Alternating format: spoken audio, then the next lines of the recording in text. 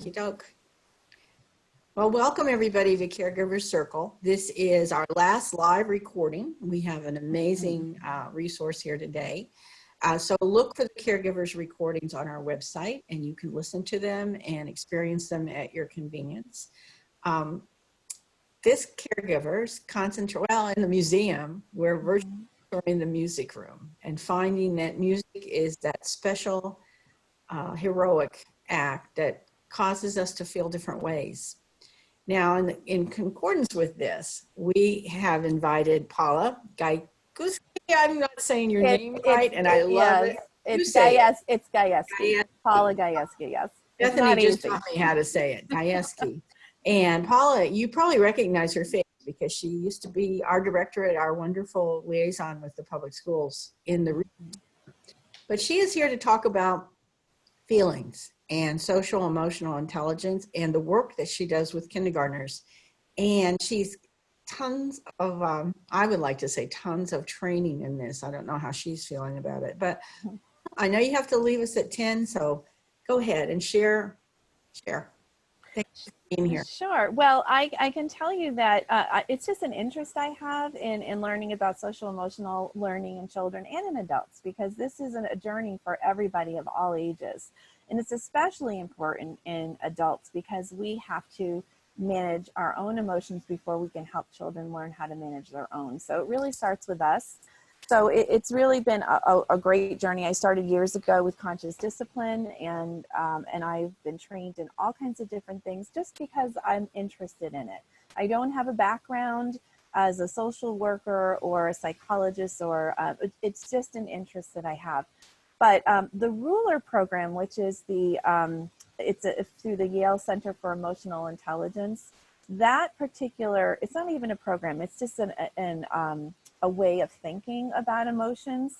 I was introduced to that, not through Torrington Public Schools, but as a parent through Northwest Regional 7, because I have two girls, they're both teenagers, and they go to regional. And the school adopted Ruler schools 2 years ago, and they asked parents to join as part of the learning process and be able to get information out to other parents. So of course I raised my hand and said, sure, I'll do it. So I had the privilege of going in with other parents to learn. I went right to Yale, to New Haven, and had a bunch of different trainings, even with Mark Brackett. He's the founder, one of the founders of this, and he's amazing. If you ever have a chance to talk with him or to listen to him, you can see him live or listen to podcasts with him. He's like a stand-up comedian. He's hysterical, but he's so invested in this, and he's so knowledgeable. So I highly recommend anything with him to listen or to read. But so I started getting involved that way. So I had some trainings, mostly as a parent, learning how to use the Ruler pieces of Ruler at home.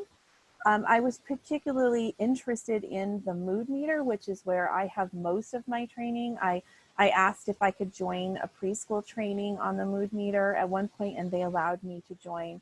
Because typically they allow schools to be trained if you sign up to be a part of the Ruler schools. But because Torrington is not signed up as a Ruler school, I sort of get in on the fringes as much as I can. But the mood meter is what I'm most interested in, because it's practical, it's easy to use at home, it's easy to use at school, and it's easy to use for parents and for children of all ages. So this past year, I started working with the first grade team at both Vogel and Torringford, and they're using Second Step, which is another social emotional program. It's a curriculum that they follow, but the first grade team was really interested in the mood meter. So I spent some time in the classrooms this past year helping the first grade team learn how to use a mood meter in their classroom. So that was really helpful, and I think we didn't obviously get to finish because the school ended in March, but I believe we're able to really to get most of the first grades up and running with a mood meter, and children started learning how to use the mood meter. And then we were having programs at night for families at Kids Play to teach families how to use a mood meter at home. So it's just a piece of the Ruler program, which is not program again, it's just a way of thinking through Yale Center for Emotional Intelligence. But I am a true huge fan of it, and I love to share information about the mood meter. So Patty, I'm not entirely sure what you would like me to talk about. Do you want me to talk about that, or? Let me get myself unmuted. I have a disclaimer. I'm on dog duty today, so if my dog barks, that's what I'm doing. I would love, is it possible that you could use the mood meter or just a piece of it for Cassandra and I if we played the part? Can you, because you've talked about the mood meter and you also talked about Ruler. Those are two really key Yes. factors. So could you do that? And then I know you have some things to share about your actual work with kindergartners. Yes, well, I can tell you what Ruler means. It's an acronym, R-U-L-E-R, and what it is, it's just a way of thinking about emotions. So the R in Ruler, the first letter, is to recognize emotions in yourself and in others. So it's not just about recognizing how I feel, but it's recognizing how others feel by watching body movements and watching facial expressions and understanding what those mean in yourself and in others. The U in Ruler is understanding the reason why you feel the way that you do. So if I'm feeling angry, why am I feeling angry? What's happening in my life that's making me feel angry? The L is to make sure that once you figure out that you've recognized that you have an emotion, you're feeling an emotion, you've understood why you're feeling the way you are, but now we need to label it. We need to figure out, one of the main sayings that we use is you need to name it to tame it. So in order to understand, to be able to move on, you need to have a label for that emotion that you're feeling. Many Could people you just say that saying one more time? Yeah, you have to name it to tame it. Okay, thank you. Yeah, so it's really important to remember, yes, it's a very simple saying, but it's powerful because it's so true. You do need to understand and be able to have a label for the feeling you're having. Most people, from what I understand, there's something like 2,000 or 3,000 words that we can use in the English language to label emotions, but most people use just a handful because we just, as a society, just use words like I feel good, or I feel angry, I feel mad. And those are powerful words, but there's so many more words that we can use that describe a whole list of different emotions. Like instead of feeling angry, you could feel like you're fuming. That's another word you can use to feel anger. Frustrated, furious, enraged. Those are all words that we don't necessarily use in our language with other people, and we don't necessarily use with children. And so what they're trying to show in Ruler is to make sure that Yale Center for Emotional Intelligence is saying we need to teach children these words, and we need to use these words ourselves. Express, or E is express. So now that we know that we're feeling a certain way, we're thinking about what's causing the feeling, we have a label for it. Now we've got to think about, okay, I'm feeling angry, I'm feeling frustrated, I'm fuming, I'm livid. What do I do with that emotion? I need to express it in a way that is safe for me and safe for others. So teaching ourselves and children how to express ourselves in an appropriate way, because it's important to express it. We need to release the energy, but we need to do it in a way that's safe. And then the last R is to regulate.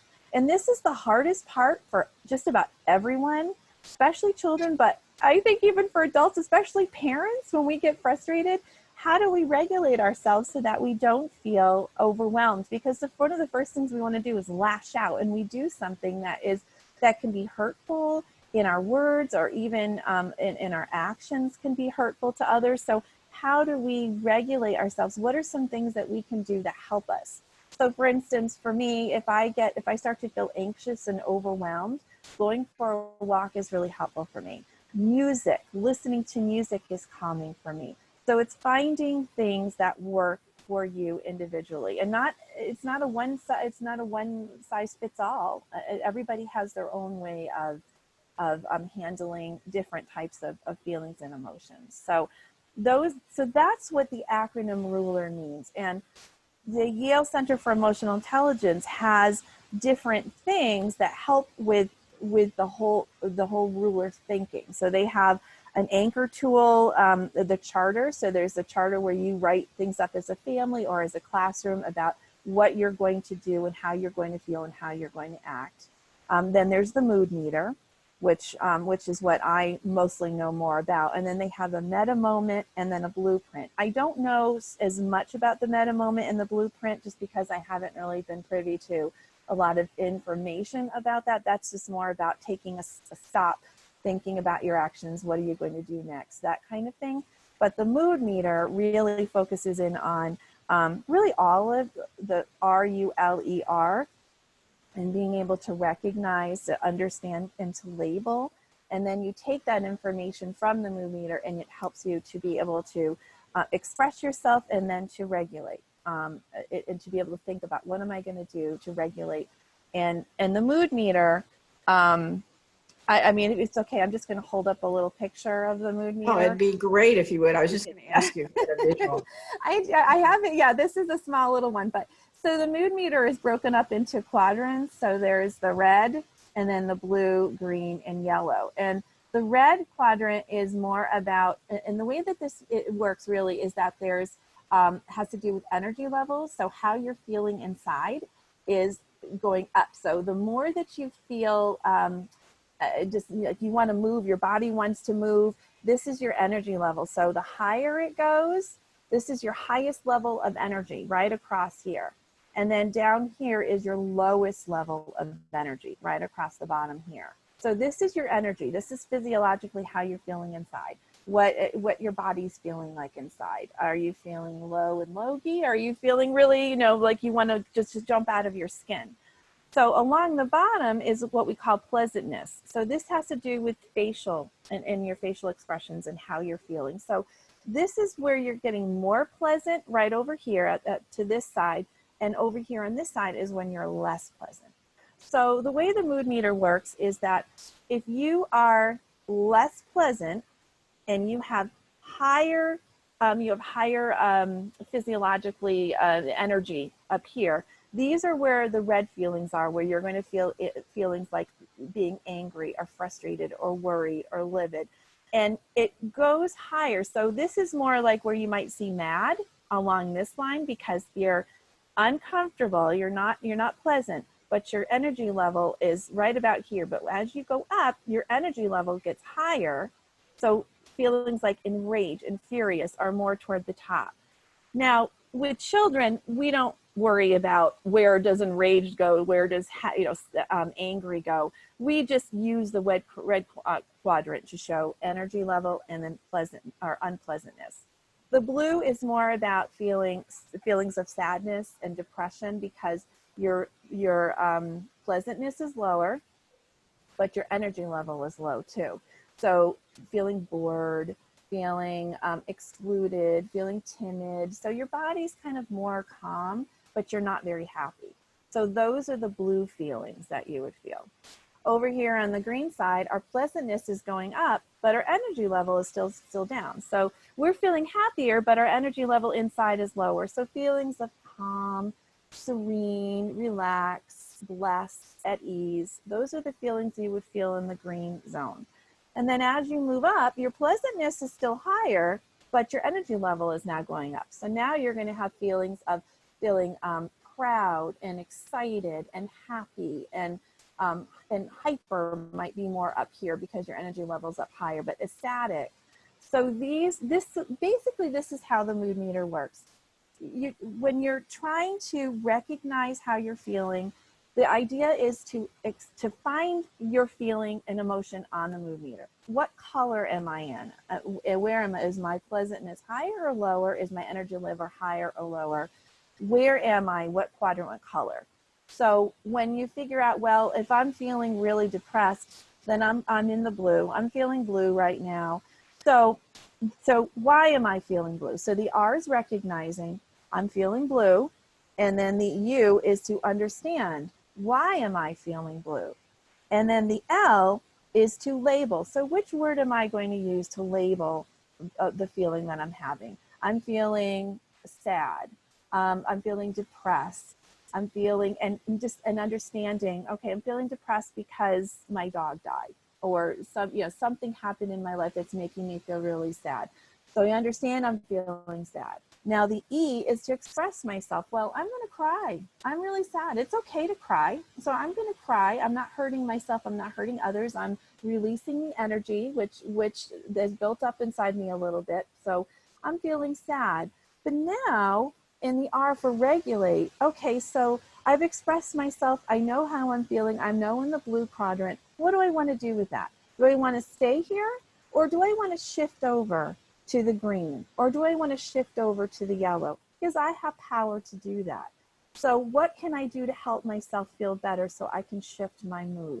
So that's where the regulation comes in, of all the different things that might work for me. So at that time, maybe listening to music might make me feel better, or maybe going for a walk or talking with a friend might make me feel better. So thinking about the things that work for me and then trying them and then noticing, did my mood shift? Was I able to shift over to the other side?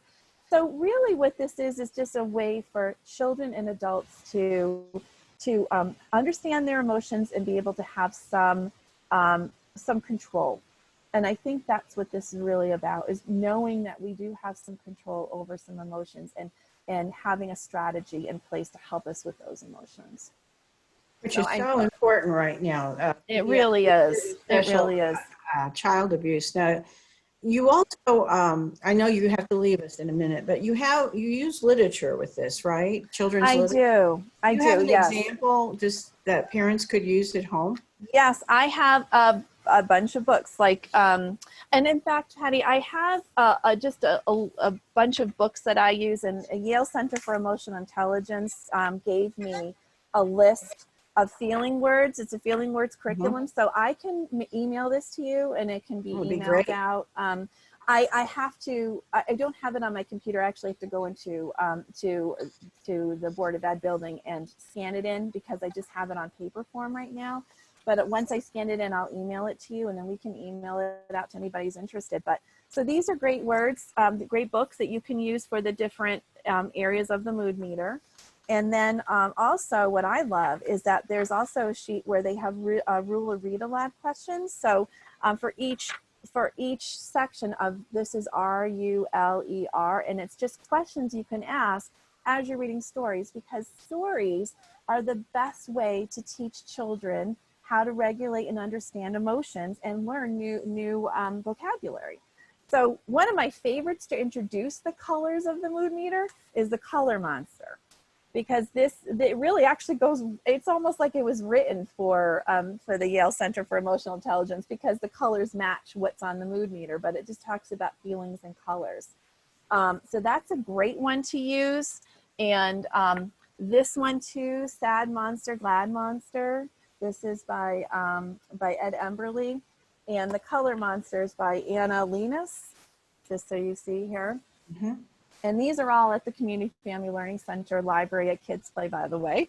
So when we're open again, they will be available. The other one that I used when I was teaching first grade, I started with this one too, My Many Colored Days by Dr. Seuss. So this is a great book also that introduces colors and putting colors together with emotions. So these are great books to start with. And then there's so many incredible books that focus in on certain feelings. Like this is another one of my favorite ones, The Invisible Boy by Trudy Ludwig. And she has a whole line of a really wonderful books for parents that have questions and things at the end that parents can read. But this is where you could read stories about a little boy who's feeling sad, and his emotions change over time.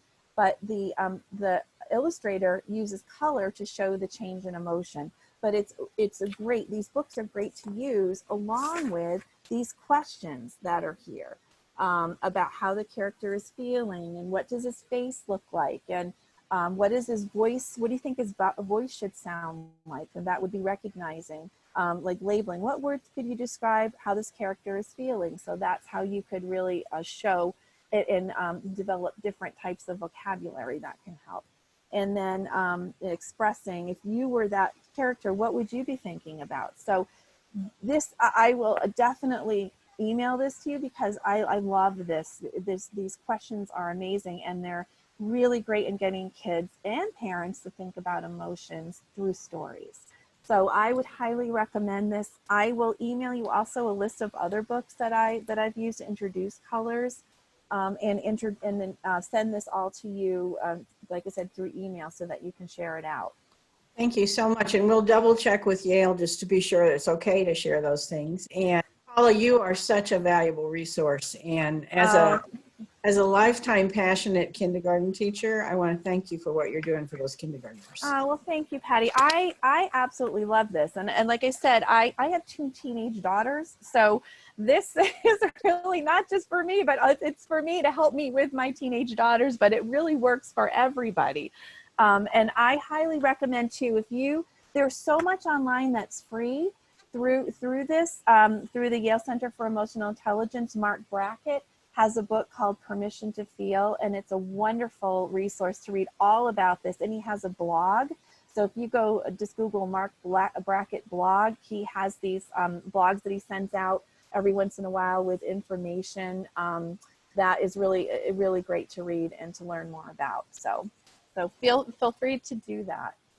Well, it was great talking with you. I don't want to keep you because I know you have a kindergartner waiting to meet. I do, yes. Yep, I'm a little bit late.